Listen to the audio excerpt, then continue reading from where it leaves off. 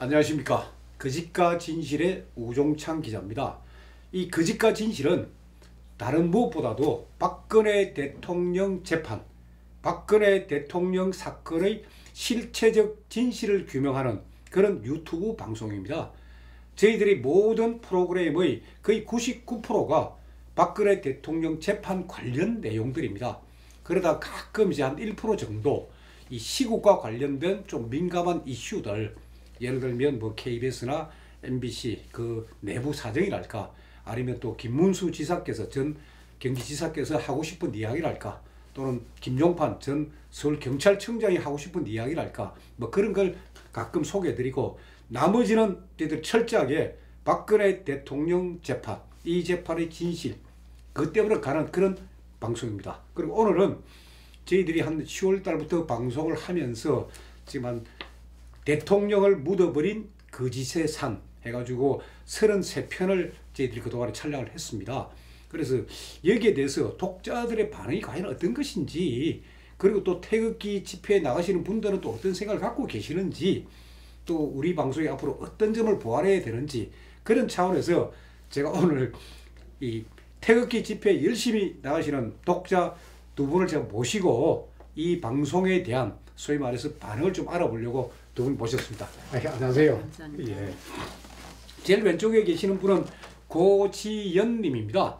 고지연 님께서는 원래 이 국문학을 전공하신 분입니다. 국문을 전공하셨고 성남복지관에서 그 주로 나이 드신 그런 나이 드신 노인분들을 대상으로 해가지고 한글을 가르치는 그런 일을 쭉 해 오셨던 분입니다.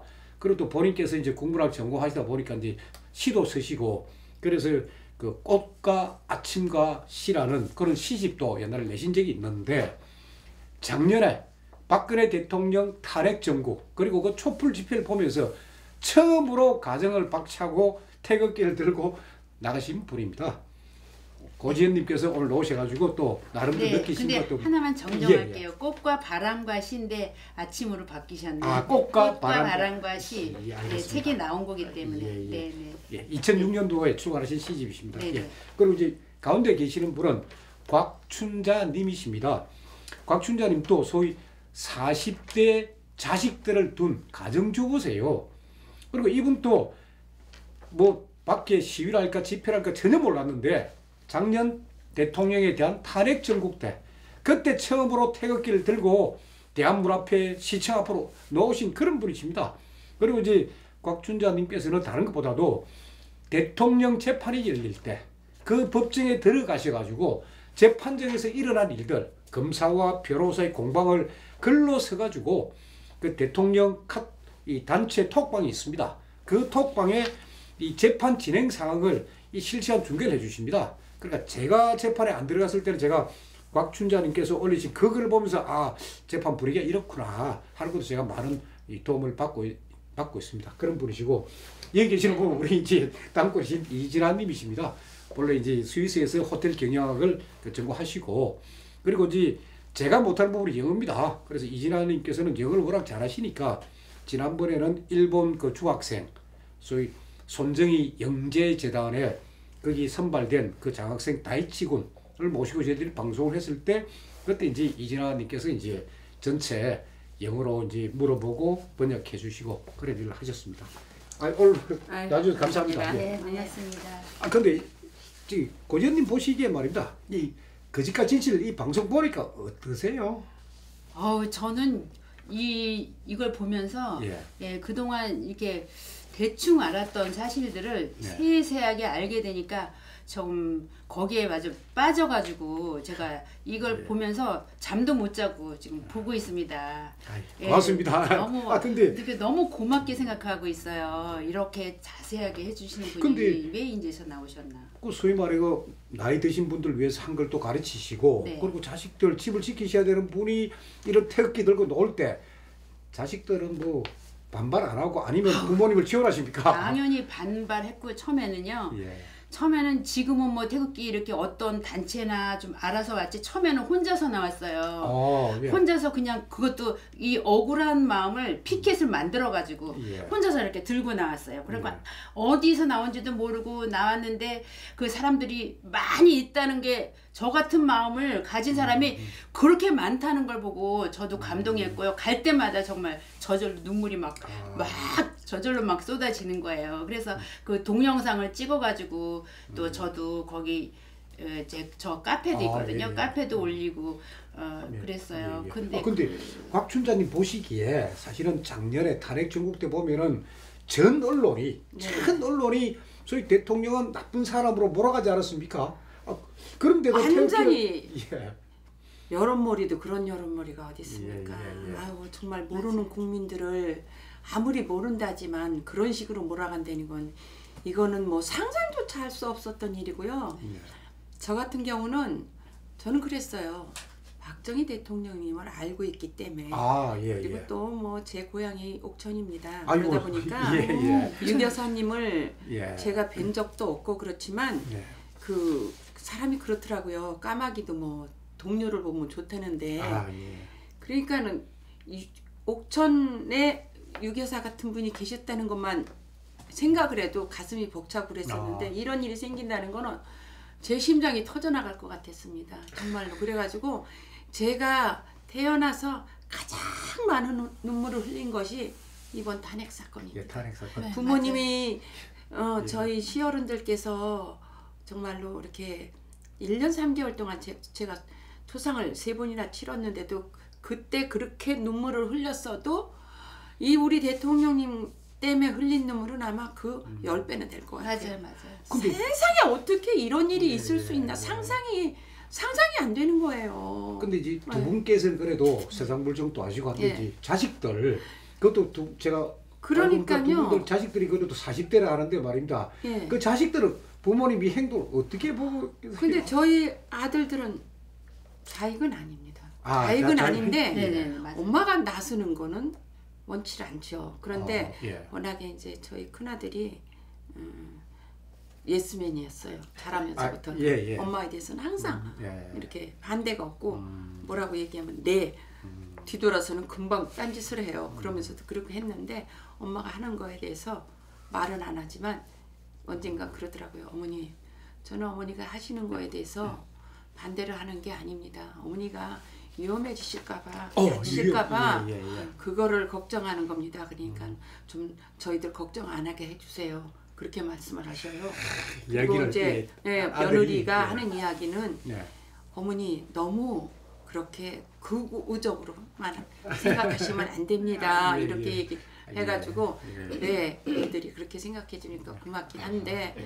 나는 정말 대통령님 생각하면 하루도 편할 수가 없어서 어쩔 수가 없다. 이거는 본성에서 올라오는 거기 때문에 내가 제어를 한다고 해도 제어가 안 되는 부분이다. 예. 그렇게 얘기는 한번 했어요. 그렇죠. 곽춘자님께서는 그래도 예. 이제 예. 예스맨 아들이 계시는데 예. 우리 고지현님께서는 또 40대 따님을 두고 계시니까 네. 따님의 반응 어떠세요? 딸이 예. 저도 그렇고 다 교회 열심히 다녀요. 예. 그런데 교회에 다니는 그 목사님이 박근혜 대통령님을 탄핵이 안 되게끔 예. 기도를 하더래요. 목사님이 근데 예. 그거를 굉장히 부정적으로 말을 하는 거예요. 그래서 누가 딸이 딸이 그래서 예. 그걸 보더니 뭐 그걸 보니까 속이 뒤집어진다고 그래요. 그래서 예. 제가 그때 너무너무 속이 상한 거예요. 그 내 뱃속에서 난 네. 딸인데도 내하고 생각도 그러니까 다르게 자식은 정말 네. 태어나면 정말 나와 달라요. 내 생각과 똑같을 수가 없어요. 품 안에 자식이 되는 정말 그래요. 그래서 근데 태극기 집회 가가지고 네. 같이 흔들면서 외쳐보면서 진실이 보입니까? 아니면 많은 국민들이 이제 이 사건을 제대로 안다고 그런 느낌이 들긴 듭니까? 네, 그 태극기 집회에 나가서 예. 그 같은 입장에서 그 동지들이라 그러잖아요. 예. 그 같은 동료 의식을 느끼고 동지 의식을 느끼니까 거기서 그 더 같은 마음을 느끼죠. 다른 데 있으면 좀 잊어버려요. 이제 동네에서 혼자 있으면 잊어버리다 거기 나가면은 더 열정적이 되고. 그러니까 일주일에 한 번 아닙니까? 토요일 한 네, 번. 토요일마다. 진아 씨도 자주 나가시니까 진아 씨는 어떠세요? 저는 뭐 제가 뭐 그렇게 애국심이 있다는 생각은 안 하고 일단은 작년에 박 대통령한테 일어난 일은 공정하지 않다고 생각을 한 거예요. 예. 그 제가 있으면 법대로 하면 되는데 그러지 않고 너무나 그 강화문에서 일어난 그 사건 자체가 저는 도저히 받아들일 수 없었고 평소에 제가 봤던 박근혜 대통령의 그 인품은 사람들이 말하는 그런 인품이 아니었어요. 그래서 저는 그분에 대한 그 생각을 한 번도 흔들린 적이 없었고 언론도 한 번도 믿은 적이 없었어요. 네. 근데 곽춘자님께서는 이제 법정에 가서 이런 막 기록을 해가지고 말입니다. 그러니까 그 단톡방을 여러 사람이 보고 있고 저도 기자인 저도 그걸 많이 참고하고 한 편은 아니거든요. 그래도, 예, 많이 예. 하진 않았는데 그 법정에 들어가면 그렇습니다. 이제 여기서 정말로 진실을 바깥에 알려야 된다는 그렇죠. 예. 그런 사명감이 앞서요. 예, 앞서고 그리고 제가 좀 손이 큽니다. 그래서 하다 보면 오타가 너무 나오는 거예요. 예. 그래서 그게 좀 답답하고 네. 제가 빠르지 못해서 예. 정말로 이렇게 안 하던 걸 하다 보니까 아유 그게 답답한데 의외로 또 여러분들이 또 예, 그거를 아니요. 호평을 해주셔가지고 뭐 그렇죠. 아니 제가 읽어보면서 송구스럽습니다. 기자인 제가 읽어보면서도 아우 잘 정리를 하셨다. 그래 오타는 필요 없어요. 오타는 뭐 그 있을 수 있는 거니까 그 읽고 저도 놀래고 그런 건데. 카톡방을 사실은 제가 먼저 시작을 했어요. 근데 대통령 재판이 첫 번째 되는 날은 일찍 끝났기 때문에 괜찮았는데 두 번째 되는 날은 저희가 몇 시에 끝날지 모르고 굉장히 노심초사하고 걱정을 많이 했었어요. 네. 그래서 그 5월 19일 날 처음 추첨을 할 때 저희가 가서 그 당첨된 사람들 모아서 카톡방을 하자 해서 시작을 했고 또 더구나 그 신문에 나오는 것이 너무나 우리 생각들하고 다르기 때문에 우리가 이거를 기록해야 되겠다 하고 저희가 생각을 했고 그러면서 저희 카톡방에 있는 기록들이 굉장히 중요하다고 생각을 했어요. 그렇죠. 예. 기록 중요. 그리고 대통령 재판에 들어가시려면은 제가 알기로 줄 서서 그래 가는데 혹시 고지현님께서는 그래 집회만 가십니까? 아니면 대통령 재판에도 열심히 가십니까? 재판에는 제가 출근 때문에 못 그렇죠. 갔어요. 마음은 가고 싶었는데 예. 예, 그래서 복지관에- 다른 분의 네. 그 내용을 그래서 열심히 들여다봤는데 예. 그거 보고도 저도 많이 울었죠. 정말 날마다 울지 않은 날이 없어요. 근데 복지관에 계신 네. 그러니까 우리 고 선생님의 소위 말해 제자들 네. 그분들 어떻게 생각하세요? 이 대통령 네, 재판에 대해서? 정말 거기서도 예. 갈리는데 제가 지금 12분, 14분을 가르치는데 예. 두 분은 완전히 뭐 좌익이고 촛불이고 네. 예. 네, 그리고 그러니까 그분이 왜 이렇게 그럴까 옛날 사람인데도 나이 드신 네, 분인데도 나이 예. 분인데 왜 이럴까 가만히 보니까 자식하고 같이 사는 분들이에요. 자식하고 예, 같이 예. 사니까 그 자식들이 현실에 대해서 그 현실 그 네, 뉴스만 네. 보고 그대로 엄마한테 이제 그 전해주나 봐요. 그러니까 그 아들이 오죽하면 저는 이제 물론 우익이니까 가르칠 때 네. 박정희 대통령에 대해서 지금 박근혜 대통령님의 예. 억울한 일에 대해서 계속 그렇게 얘기하니까 이제 제 앞에서는 말을 못하고 나중에 들리는 소리가 저 선생님 그 소리가 듣기 싫어서 오지 말까 보다. 그러니까 14분의 네. 제자고 나이도 두 다 분이. 드신 분인데 네. 그 두 분은 소위 말해 두 분은 네. 그 고지선님의 그래가지고 고지선님의 그런 이야기에 대해서 그냥 귀를 안 듣고 기울이다. 네 지금 현재 그 젊은 애들 편이더라고요. 예. 그래서 그 비판적으로 그렇게 얘기를 하더라고요. 그래서 그 다음에 제가 마음 놓고 하던 그 가르치던 얘기를 조금 조심하게 되더라고요. 그렇죠. 나이 드신 분도 그렇지만 이 젊은 분들 특히 네. 20대 물론 40대 자녀분도 있는데 그런 사람들한테 어떻게 어른들이 또 어른들인데 제일 설득을 문제. 좀 할 수 있겠어 방법이 제일 없어요. 문제, 제일 문제. 그런 근데 방법이 그게 제일 정말 심각하게 네. 안 먹혀들어요. 정말로. 저는 이제 불자거든요. 근데 제가 다니는 곳이 굉장히 큽니다. 불자 관악역 앞에 있는데 거기에서 제가 그 처음부터 네. 저는 대통령님 탄핵 그 부분에 대해서 탄원서 그 서명을 받았어요. 그래서 서명을 받는데 어르신들은요 기꺼이 해주십니다. 예. 맞아요. 기꺼이 해주시고 네. 앞다퉈서 해주셨는데 네. 젊은 사람들요 쌩하고 찬바람이 돌아요. 그래서 야 이거 정말 문제다 이렇게 생각을 했는데 그 중에 이제 몇몇은 아무래도 의익이 있게 마련이고 젊은 사람들 중에서도 그런데 이 40대 정도 되는 애들은요 아니더라고요. 이게 거기에서 저는 아, 이 나라가 어떻게 될 것인가. 네. 정말 저 사람들이 우리나라의 주역인데 네. 저 진짜 큰일 났다 싶었거든요. 네. 그래서 몇 차례나 그런 사람들하고 대화를 시도를 해봤지만 예. 그게 안 먹혀요. 안 먹히고 오히려 좀 얘기 꺼낸다는 자체가 멸시를 받는 그런 나이 먹은 사람이다 싶으니까 그래서 이제, 저도 예. 나름대로 이 거짓과 진실한 방송을 통해 가지고 가령 젊은 사람들한테 진실을 알리고 싶은 게 이제 제 꿈이고 희망인데 그러면 이 방송에서 네. 어떤 부분들을 조금 더 강조한다든지 또는 보완을 한다든지 그런 것들을 좀 이야기를 해주십시오. 그래서 그래야 제가 이 방송을 좀 고쳐가면서 하지 않겠습니까? 네, 어제 저 고진님께서 젊은 애들이 지금 배우는 건 뭐냐면 네. 지금 우리나라는 미국의 식민지다. 미국을 내보내야 된다. 거의 이렇게 배워요. 그래서 예, 예. 제가 시위하다가 정말 젊은 애를 만났어요. 그래서 젊은 애하고 얘기하니까 그러는 거예요. 우리나라는 지금 미국의 식민지다. 우리 주권을 우리가 가져야 되지 않냐. 그 젊은 애가 중학생이었어요. 네. 저보고 예. 주권을 우리가 가져야 되는데 왜 미국이한테 기대냐. 아. 그냥 그러는 거예요. 그래서 그거는 앞으로 너희들이 할 일이지 지금 현재는 아니다. 내가 지금 현재는 우리의 주권으로 할 이런 시기가 아니다. 그랬더니 그건 우리가 주권을 걔네들은 그렇게 교육을 받은 거예요. 그래서 지금 미국을 그렇죠. 우리는 주권 국가가 못 된다. 그렇죠. 그게 잘못된 지식이에요. 그러게 잘못된 말이에요. 지식이고 그걸 바로 잡아줘야 되거든요. 네, 그런 앞으로, 걸 지금 앞으로 아이들이 제가, 설득하게끔 아이들을 설득할 수 있는 그렇죠. 아주 중요한 그런 내용이 네. 그러니까 젊은 있어야 돼요. 사람들한테는 사실을 바로 네. 알려주면 되거든요. 네. 그러니까 그런 것들을 따져보면 나이 드신 분들, 뭐 저도 마찬가지지만은 그런 사람들은 안 하신 거예요. 그동안에 안 했던 거고 어떻게 막연했죠. 어른들이 그렇죠. 너무 막연하게 내 맘만 가지고 살았다는 그 결과가 오늘의 결과입니다. 그리고 저는 그렇게 생각해요. 그래서 나이 저는- 드신 분들은 그 예. 아들 학교 보내고 말입니다. 돈 벌어오는 그것밖에 모르고 예, 사실 그러니까 살기 급급하고 예. 등한시했던 부분이 그렇게 돼서 저는 그래서 이제 제가 외친 게 그겁니다. 그렇다면 좋다. 미국에 기댄 것이 사대주의면은 사대주의를 했기 때문에 친밀히 했기 때문에 이 나라가 발전을 했고 오늘의 이런 경제 부흥을 가져왔지만 종북주의자들이 외치는 친중 그러면 친공산주의 이념 그거에 따랐던 결과는 뭐냐? 예? 그 결과가 오늘의 이북인데 어떤 게 옳은 거냐?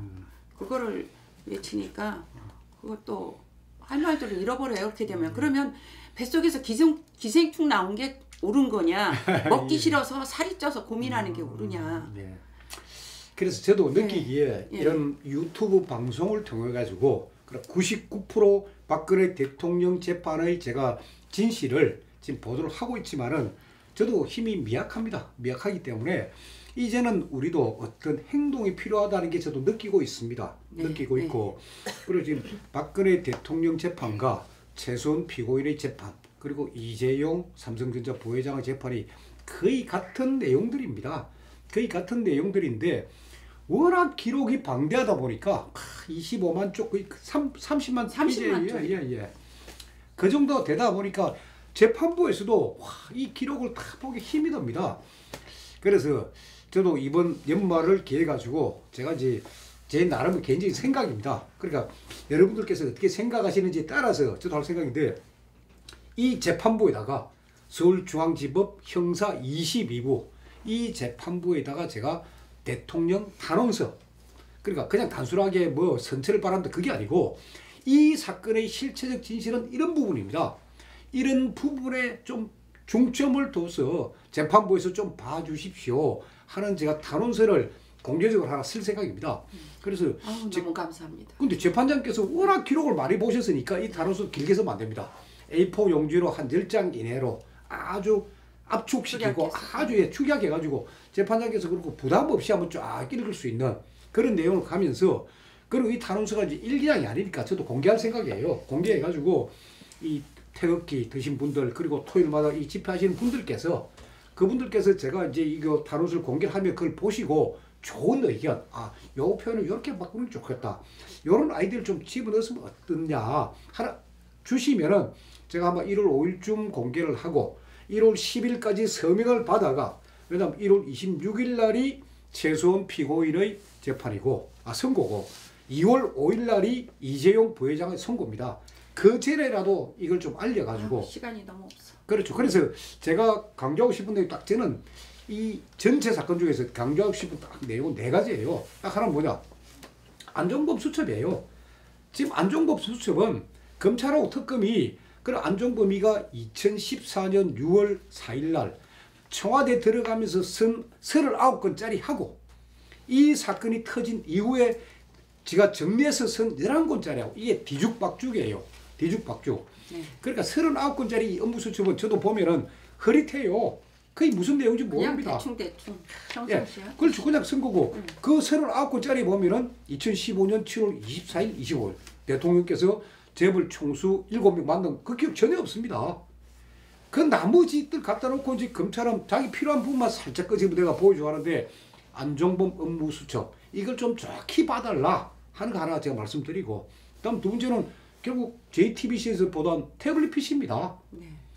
태블릿 PC는 이제 거의 최소한 피고인하고는 100% 전혀 관계도 없고 사용하지도 안 했다는 건 다 드러났습니다. 다 드러났고 그다음에 이 태블릿 PC를 쓴 사람 2012년 대통령 선거 때 소위 대선 캠프에 있던 그 사람들이 썼고 소유주는 김한수가 맞고 그러고 쓰고 그러고 난 뒤에 김한수가 2012년, 13년, 14년 드레스덴 연설문 받고 한 고무렵까지는 이 태블릿 PC를 김한수도 조작을 안 했습니다. 지금 전문가들 의견을 딱 조작을 안 했는데 이게 JTBC로 넘어가면서 JTBC가 조작을 해버린 겁니다. 여기에 드레스덴도 마찬가지고 그러니까 이 태블릿 PC에 보면은 사진이 그 사용자가 제주도 주상 전례 간 그것도 있는데 사진이 없어요. 독일로 들어왔으면 독일에 간 사진도 있어야 될 건데 사진이 딱 6월 25일 날 중국집에서 17장 최순실 나오는 거 그거는 사진이 없어요. 나머지 사진은 뭐냐? 왕창 삭제를 해버렸습니다. 그러나 삭제만 해놨다가는 저 소위 말해가 포렌식감 이게 드러나니까 그 삭제한 방에다가 쓰레기 사진을 꼽아놓은 거예요. 이걸 삭제한 걸 넣으려고 그런 인간들이야. 죽일 인간. 그러니까 이 사진 본래 이 사용자 그 사람들 사진 다 있어요. 여기에 싹 빼고 세상에. 그리고 방비에 따르게 노출되면 안 되니까 그 방에다가 막 쓰레기를 빡빡 꼽아놔 가지고 지금 이런 식으로 해놨습니다. 그러니까 이 태블릿 PC 문제는 그런 부분에 대해서도 이제 재판부가 어떤 판단하셔야 되니까 그 부분도 제가 이제 써야 되고 그 다음에 이제 삼성의 승마 지원입니다. 네.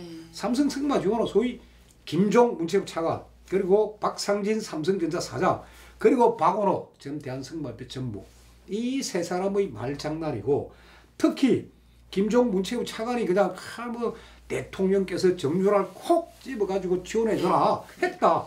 그 진술을 탄핵을 해야 됩니다. 이 진술을 틀렸다는 거 그런 부분. 그 다음에 또 하나 중요한 게 제가 볼 때는 WK라는 회사입니다.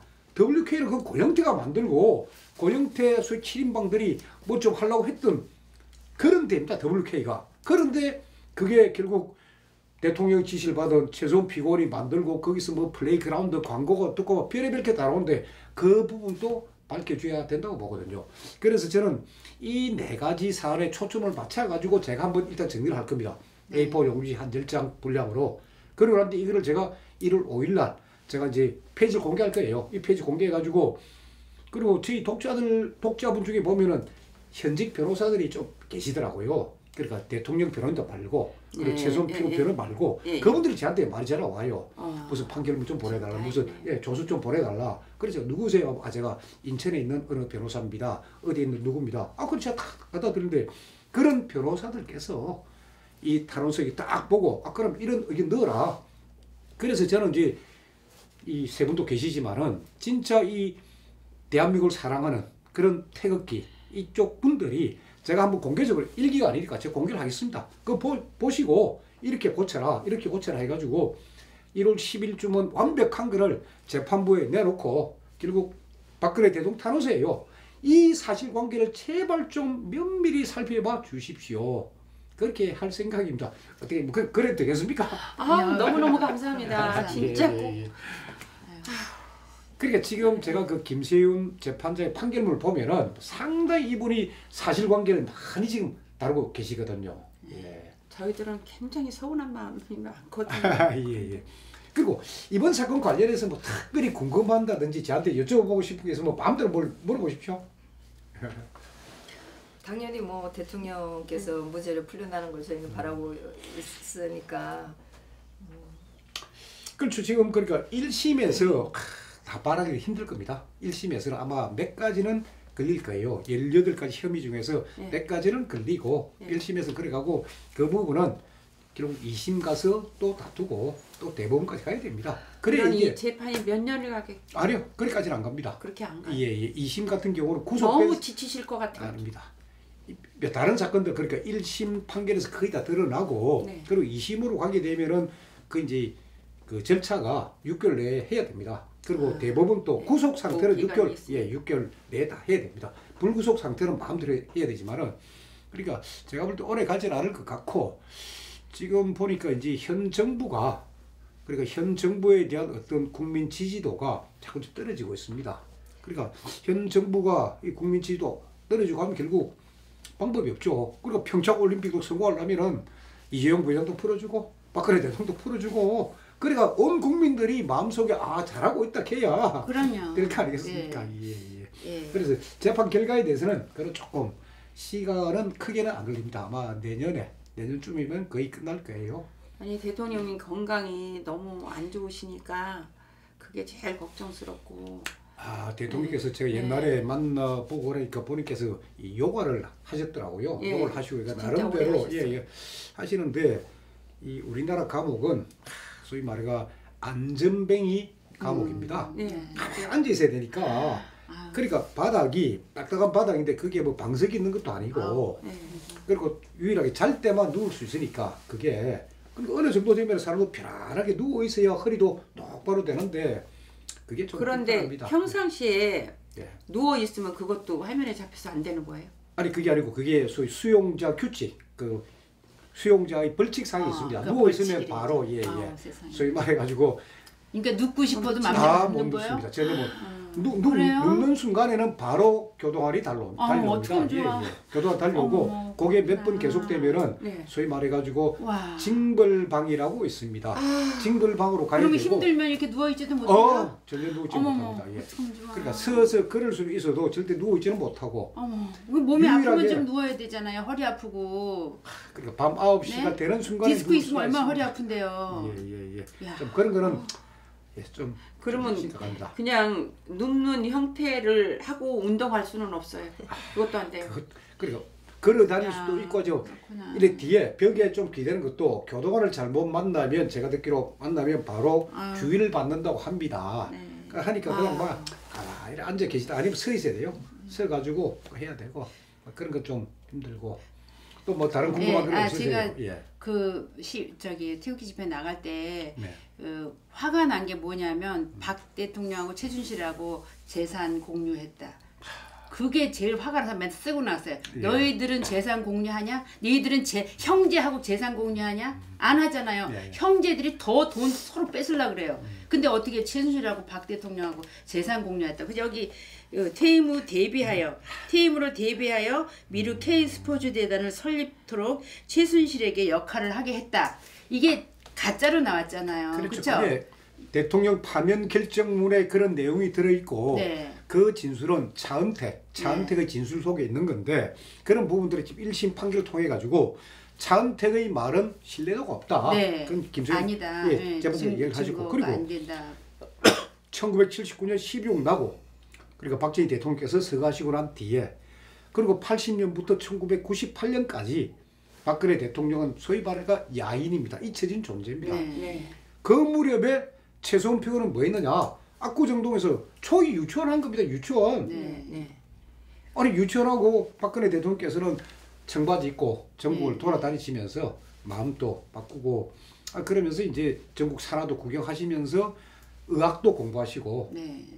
그게 무슨 경제 공동체고 그러게 말이에요. 그리고 또 우리가 그 방송에서 맨날 박 대통령하고 최순실하고 뭐 최순실이 박 대통령 뭐 공동체였다 하면서 공동 왜, 정범이라고. 공범이라 하는데 사실 박 대통령이 가족이 있어요, 뭐 있어요? 혼자잖아요. 그러면 대통령의 입장에서 시장에 뭐 옷 사러 가요? 시장에 뭐 사러 가요? 그렇죠. 그거 못 하잖아요. 예. 그러니까 최순실한테 시킬 수밖에. 그러니까 삼성동 집도 네? 아니, 대통령께서 못 가시니까 못 가니까 그거 시키는 최소 거지. 피고인의 어머니 네. 임순희 여사한테 네. 그걸 해달라. 대신에 이름은 내 명의로다. 그러니까 그러니까 심부름 해준 거밖에 예. 없잖아요. 그걸 갖다가 그러니까 평범하게 공동체로. 일어날 수는 네. 있는 일을 네. 박근혜 대통령 경우에는 전부 다 이상한 눈으로 보는 게 그렇죠. 가장 큰 문제라고 생각을 네. 해요. 그리고 그런 거를 범죄로다가 그러니까. 범죄로 보는 거. 그리고 일상적으로 네. 우리가 일상적인 일을. 살아가면서 일상적으로 일어나는 일을 모든 걸 다 그러니까. 범죄로 다 연결을 시켰기 때문에 이거는 정말 있을 수가 이거 없어요. 그리고 우리가 분노가 더하는 거예요. 대통령의 통치 행위를 가지고 전부 범죄자의 시각으로다가 보기 때문에 그렇죠. 이게 대통령의 이렇게 서류가 통치, 많아진 예, 예, 것이지 네. 네. 대통령의 죄가 되는 그 부분만 딱딱 딸 것이지 일상적으로 통치 행위를 그걸 다 그렇게 한다면 문재인 씨 아무것도 하지 말아야 돼요.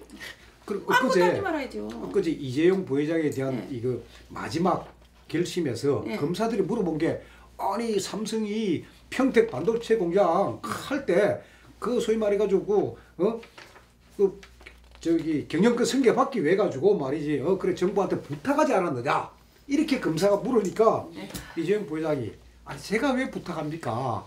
그거는 지방자치단체 다른 데서 저한테 부탁하지 제가 부탁할 이유가 뭐 있습니까? 그렇게 난 뒤에 이제 우리나라 이 경제 그러니까 예. 업계를 아시는 분들 다 이야기 그거예요. 와 검사들이 참 진짜 경제를 몰라도 너무 모른다. 거의 뭐 70년대 그 마인드로 지금 군림한다는 생각밖에 안 들더라고요. 그냥 위에서 시킨 거 가지고 너 이런 식으로 질문해. 그럼 그렇게 하고 그렇죠. 그것도 있지만 이 검사들이 그거 무조건 뭐. 옛날에 그 정경유착 이런 무조건 네. 정경유착이다. 그냥 프레임 딱 짜놓고 예, 거기다 예. 집어넣는 거지. 뭐.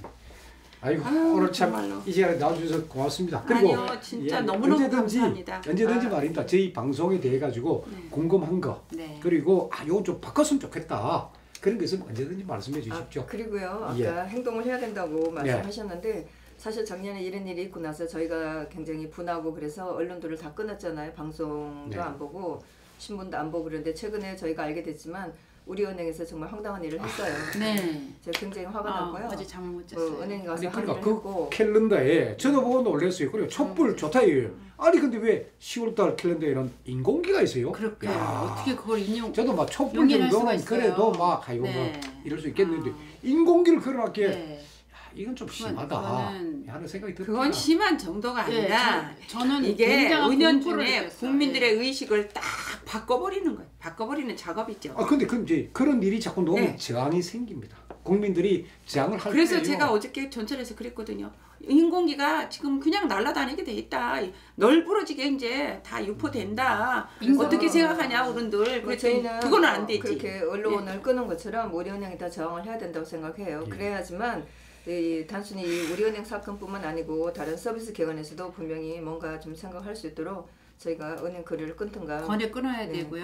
우리은행에서 예, 예. 항의를 해야 된다고 생각해요. 국민 저항이 일어나지 않으면은 네. 이 정부가 정신 못 차려요. 그러니까 진짜로. 지금 소위 말해가 네. 태극기 우파의 나이 드신 분들이 그래도 네. 은행에 대고객 아닙니까? 그러니까 우리 은행 뭐 거래 끊으시고 그런 어떤 액션 그런 행동이 있어야 되지 않을까 네. 그런 생각이 인공기는 뭐예요? 우리의 적군의 기가 어떻게 대한민국 천지에 적군의 기가 어떻게 달력에 네. 그리고 또 공공 한달 동안 금융기관에서 계속 봐야 되잖아. 그걸 한달 동안. 용인하고 그걸 만들 수가 있어요. 그 우리은행 사장님 뭐 하는 거예요, 진짜 대표? 은행장 예. 네, 정말.